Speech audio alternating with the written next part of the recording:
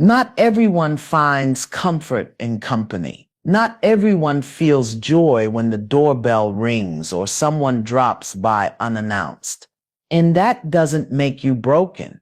It doesn't mean you're cold, rude, or antisocial.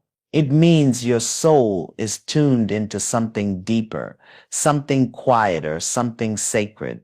Carl Jung understood this. He taught that the path to true self-understanding doesn't begin in crowds or conversation, but in stillness. When you don't like having visitors, it's not rejection of people. It's a natural reflection of your need for inner alignment. There is a part of your soul that knows noise isn't always connection. Sometimes it's a distraction. The busyness of having others around, the pressure to entertain, to smile, to engage, it can pull you away from the truth of what you're feeling, what you're healing, and what you're becoming. That discomfort you feel around visitors, it's not about them, it's about you and your relationship with silence, energy, and presence. It's about your soul's quiet plea for space to breathe. In a world that constantly demands we be available, open, and accessible, choosing solitude becomes an act of self-respect. Jung believed that only in solitude can the true self emerge. The self that isn't performing. The self that isn't adjusting to fit into someone else's comfort. The self that simply is. When you create space for yourself, by turning down invitations, by not answering the door, by simply saying, I'm not available, you are listening to that part of you that wants to come home. We don't talk enough about how exhausting it can be to host energy that doesn't match our own. When someone enters your home, they bring more than their body. They bring their mood, their stories, their expectations. And if you're a sensitive soul, you absorb that energy even when you try not to. That's why you feel drained after they leave. That's why you need silence to recover. Your soul isn't antisocial. It's aware. It's discerning. It's wise. There's nothing wrong with enjoying your own company more than the presence of others. In fact, it's a sign of deep emotional maturity. It means you are not afraid to sit with yourself, to hear your own thoughts, to feel your own feelings. Many people run from that.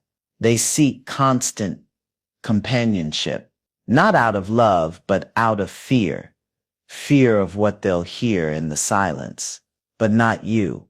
You've chosen another path, a path of reflection, a path of inward peace. Carl Jung referred to this as individuation, the process by which a person becomes their most authentic self. And individuation requires solitude. It requires time away from the expectations of others so you can hear your soul speak. When you turn down visitors, you're not being rude. You're creating space for that inner conversation. You're saying, right now, I need to sit with me. And that is a sacred choice. You don't need to explain your need for space to people who don't understand it. You don't need to feel guilty for not inviting everyone into your world. Some people were never meant to enter your inner sanctuary. Some energies were never meant to cross your threshold. Protecting your peace is not selfish, it's spiritual. So the next time you feel guilty for not being social enough, remember this: solitude isn't loneliness, it's alignment. It's where you meet your truest self and tend to your soul's quiet call. And in that space, without distraction, without performance, you grow, you heal, and you rise. Let the healing begin. Some people walk into a room and feel nothing. You walk into a room and feel everything. That's the difference. That's the reason you don't like having visitors. It's not that you dislike people, it's that you sense them. Their energy, their state of mind, their hidden emotions, their unspoken intentions. Carl Jung understood this on a soul level. He believed that deeply intuitive individuals live in constant relationship with the unseen, the unspoken, and the energetic undercurrents of life. When you say, I don't like having visitors, what you're really saying is, I can't afford to keep letting energies into my space that don't match my peace. You feel it when someone's smile is masking their anxiety. You feel the weight of unspoken tension. You sense discomfort even when no one says a word. This isn't something you chose. It's something your spirit was gifted with. But every gift has its cost.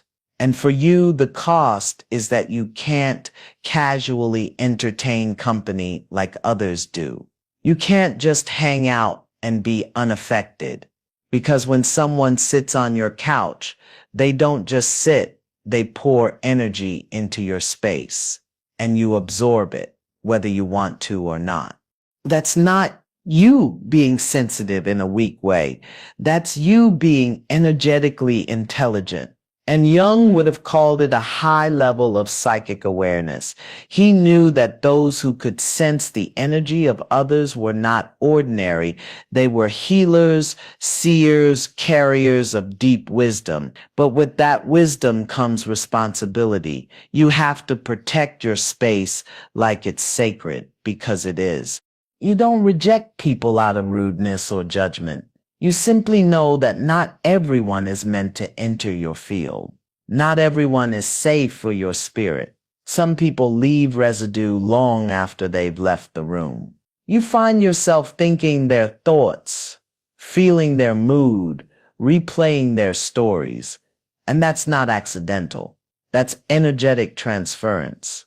It's real. And if you don't guard your space, you end up carrying emotional weight that was never yours to hold. This is why you've learned to listen to your body when someone's around, why you feel a subtle heaviness when certain people step into your home, why your energy dips even if nothing bad happened. You're not imagining it. You're picking up signals others ignore.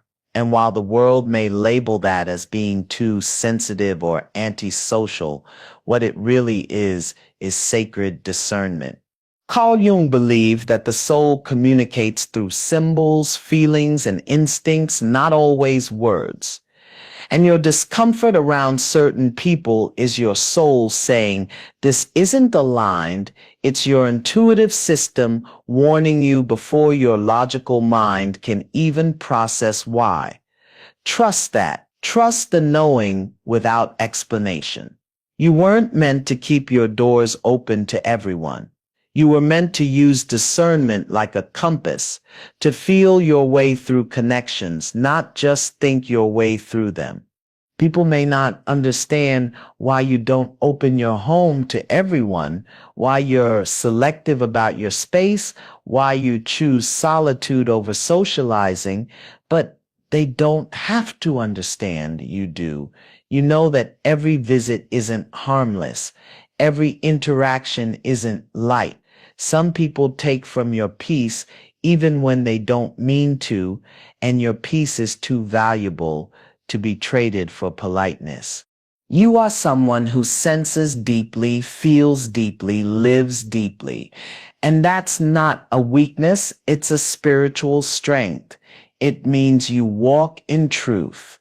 It means you trust what your body, your energy, your intuition already knows. It means you protect your temple, not just for your sake, but because the healing you're called to carry requires a clean, sacred space to grow in. Let the healing begin. There's a kind of exhaustion that doesn't come from doing too much. It comes from being around too little depth. When you find yourself preferring silence over small talk or choosing your own company over being surrounded by people, it's not because you're broken. It's because your soul is craving something more, something meaningful, something real. Carl Jung understood this deeply. He believed that the soul doesn't thrive on distraction. It thrives on depth. And when you say, I don't like having visitors, what you're really saying is, my spirit is not nourished by shallow energy. You see, there's a difference between being alone and being lonely. Many people surround themselves with constant chatter and activity, not because they enjoy it, but because they fear what might come up in the silence. But not you.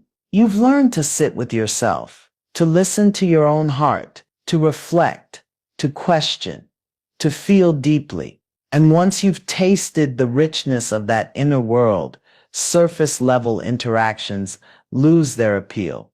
When you've been through deep pain, deep transformation, deep healing, your soul becomes sensitive to what's shallow. Conversations that once entertained you now feel hollow. Relationships that were once fun now feel draining.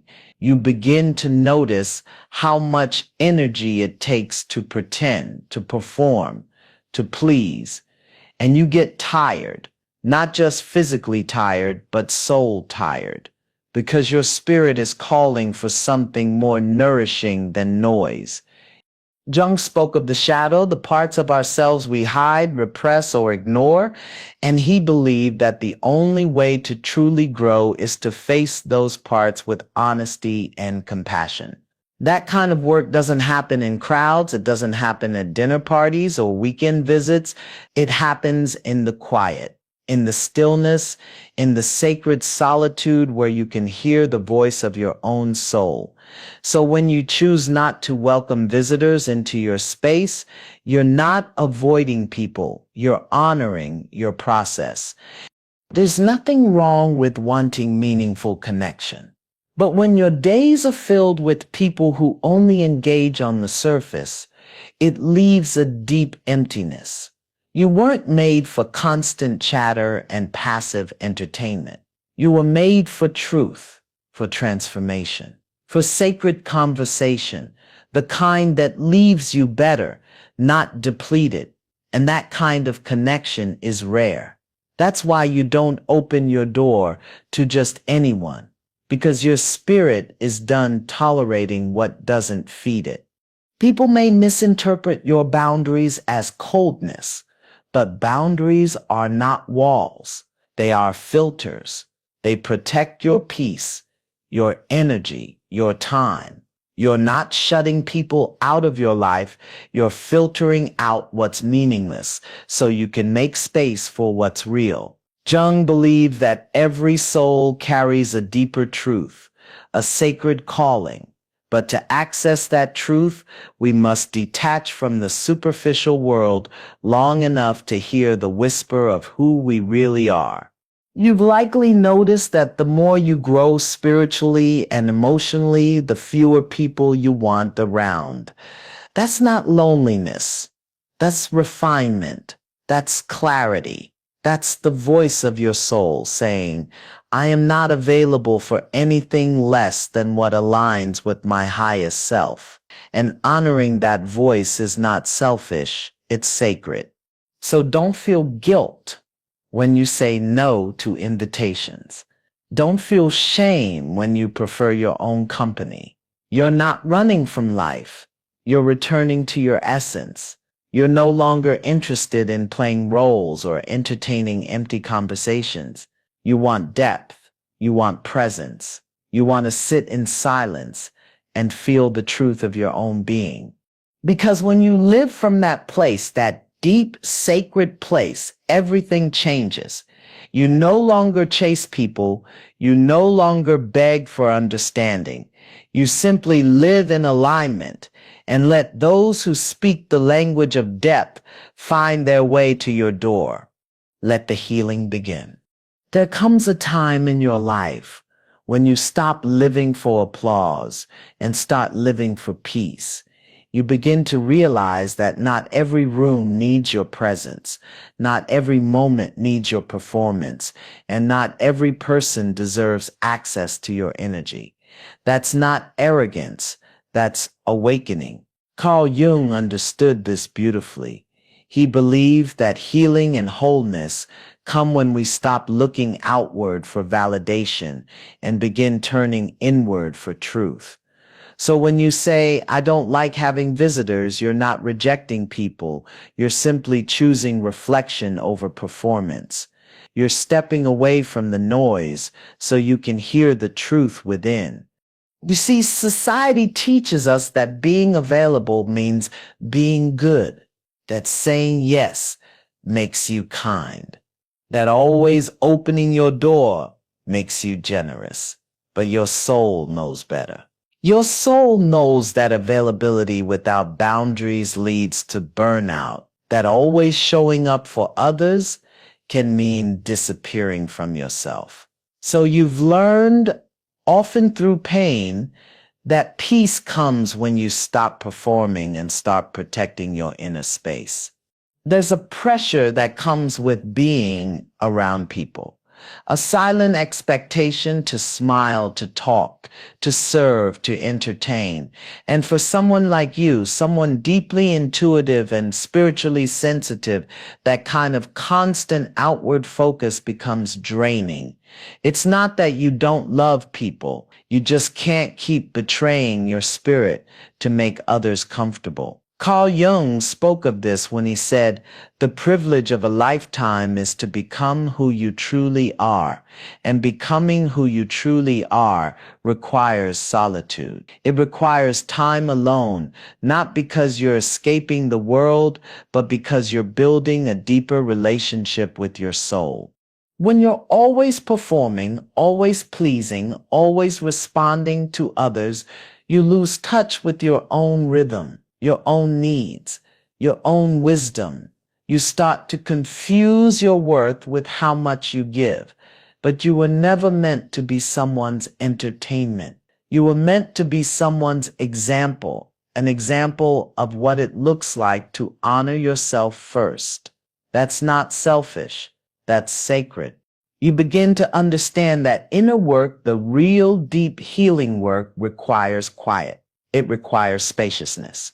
You can't do soul surgery while serving coffee and making small talk. You can't access your truest self while constantly managing someone else's comfort. So you turn inward. You step back. You say, not right now. And in that stillness, something profound happens. You begin to remember who you were before the world told you who to be. Carl Jung called this process individuation, the path to becoming your most authentic self. And the truth is, that journey can't be walked with a crowd. It demands privacy. It demands time away from the gaze of others so you can hear your own voice clearly. And when you choose to limit your interactions, when you protect your space, when you turn inward, you're not avoiding life. You're preparing to live it from a place of truth. People may not understand your need for solitude. They may call you distant, cold, or aloof, but don't explain, don't defend. Your healing doesn't require their understanding. It only requires your commitment. You are no longer living for approval. You are no longer editing yourself to be accepted. You are choosing you, and that is the highest form of love. When you decline a visit, when you don't open the door, when you choose silence over small talk, you're not withdrawing, you're transforming. You're doing the sacred work of becoming whole. And yes, it can feel lonely. Yes, it can be misunderstood. But on the other side of that solitude is a peace no crowd can offer, and a self no approval can replace. Let the healing begin. There's a quiet kind of power that comes from saying no, from deciding that not everyone gets to cross the threshold of your space, from standing firm in the truth that your energy, your peace, your home are not open to just anyone. And that kind of power doesn't come from ego. It comes from healing, from experience, from wisdom earned through pain. Carl Jung believed that self-respect is not something we proclaim, it's something we live. And you live it by setting strong, soul-rooted boundaries. When you say you don't like having visitors, you're not being rude, you're being responsible with your energy. You're choosing to protect the peace you fought hard to cultivate. You've learned that every visit is not innocent, that every person who enters your space brings with them an energetic imprint, their thoughts, their emotions, their chaos, their wounds, and because you're someone who feels deeply, you don't just see what's happening, you absorb it. That's why you're selective. That's why your home isn't an open door policy anymore. You've likely experienced what it feels like to have someone come into your space and leave it heavy. They didn't break anything. They didn't yell. They didn't argue. But somehow you were exhausted when they left. That's not your imagination. That's the silent cost of unfiltered access. And once you become aware of that cost, you stop paying it just to be polite. Carl Jung taught that everything we invite into our lives, people, patterns, choices, shapes our inner world. When you allow someone into your home, you're allowing them into your sacred energy field. That's not a small thing. That's why you no longer entertain everyone. You've become the gatekeeper of your peace. You've stopped confusing being kind with being accessible. You've realized that your home is not just a physical place, it's a spiritual sanctuary. Boundaries are not about pushing people away. They're about drawing a line between what nurtures your soul and what drains it. Some people walk in and uplift the room. Others walk in and leave a residue of heaviness. Your intuition knows the difference. That's why you listen to the tug in your gut when someone asks to visit. That hesitation, that resistance, that's not anxiety, that's awareness. Your body feels what your mind hasn't processed yet. People may not understand why you keep your circle small, why you don't let everyone come over, why your presence is limited and your availability rare, but they don't need to understand. You didn't come here to explain your boundaries. You came here to protect your peace. And the more you honor your boundaries, the more powerful you become. Not in a loud way, in a grounded, calm, unwavering way. The kind of power that doesn't beg for permission. The kind of peace that doesn't require validation. Jung once said, the most terrifying thing is to accept oneself completely. And that's exactly what you're doing. By saying no, by closing the door, by honoring your space, you're accepting yourself. You're choosing yourself. You're trusting that your feelings are not wrong. Your intuition is not overreacting. Your discernment is not negativity. It's wisdom. And wisdom isn't always loud. Sometimes it just says, not today, not this person, not this energy. There is a sacredness in knowing that your space is your sanctuary, that not everyone deserves access, that your peace is precious and your boundaries are the walls that protect it. You no longer apologize for protecting what matters. You no longer feel guilty for saying no, because your healing depends on your discernment. And your future depends on the boundaries you're brave enough to set today. Let the healing begin. There's a deep loneliness that comes with waking up. Not because you're unloved or unwanted, but because the higher you rise in your soul's journey, the fewer people are walking beside you. And yet, this solitude isn't empty. It's sacred. When Carl Jung spoke of individuation, he wasn't just talking about becoming yourself. He was speaking of the shedding, the separation, the courageous release of all that is not in alignment with your true nature. So when you say, I don't like having visitors, it's not about dislike. It's about depth. It's about the profound truth that your soul is walking a path many cannot and will not understand.